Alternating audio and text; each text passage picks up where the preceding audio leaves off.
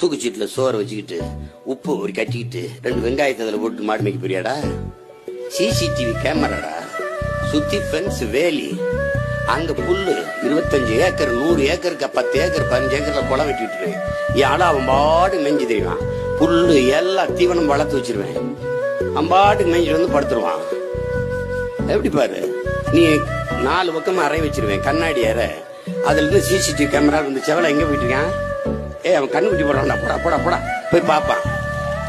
ஆமா, அதை பார்க்கணும். பார்த்துட்டு கண்ணுக்குட்டி பால் பீச்சுவான். காலையில மாலையில ட்ரக்கில் ஏத்துவான். பாலை கொண்டு போவான். பால் இங்க பாரு, இந்த இடத்துல போட்டனா பண்ணை போட்டன மாடு பண்ண, இங்க இருந்து சரியா 1/2 கிலோமீட்டர்ல ஒரு தொழிற்சாலை போடுவேன். நிலமும் வளமும் சார்ந்த தொழிற்சாலை. எது?